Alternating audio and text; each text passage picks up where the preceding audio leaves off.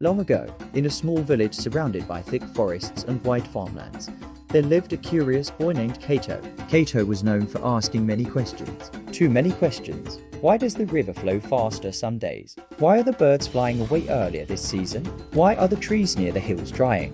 The villagers often laughed at him. To be wise, you must first grow old, they would say. But Cato did not stop observing the world around him. Every morning, he walked to the village river to fetch water for his mother, and every morning, he noticed something strange. The water level was getting lower, very slowly, very quietly.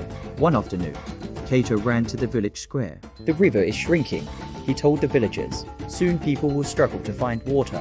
The villagers laughed. The rainy season is coming. One farmer said, the river has never failed this village. Another man replied. Even the village chief smiled and waved the boy away. Children worry too much, he said. Ashamed but still concerned, Cato walked back home. But he kept watching the river. Days turned into weeks. The water continued to drop. Fish disappeared. The once strong current became slow and shallow. Cato decided to follow the river upstream into the forest. He walked farther than he had ever gone before.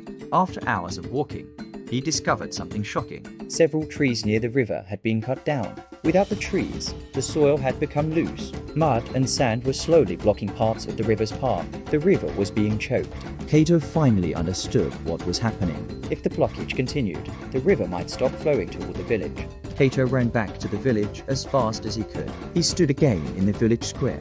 This time you must listen, he said. The forest trees near the river have been cut down. The river is being blocked. Some villagers paused, but most still did not believe him.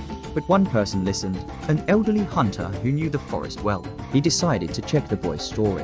When he returned, his face was serious. The boy is right, he said. The river is slowly being blocked. The village immediately organized a group of workers. They cleared the mud and fallen trees. They planted new trees near the riverbank to protect the soil. Slowly, the river began to flow strongly again.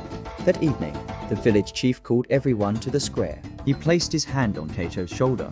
Wisdom does not belong only to the old, he said. Sometimes it belongs to those who pay attention. From that day forward, the villagers listened more carefully to the voices of the young, because they had learned something important.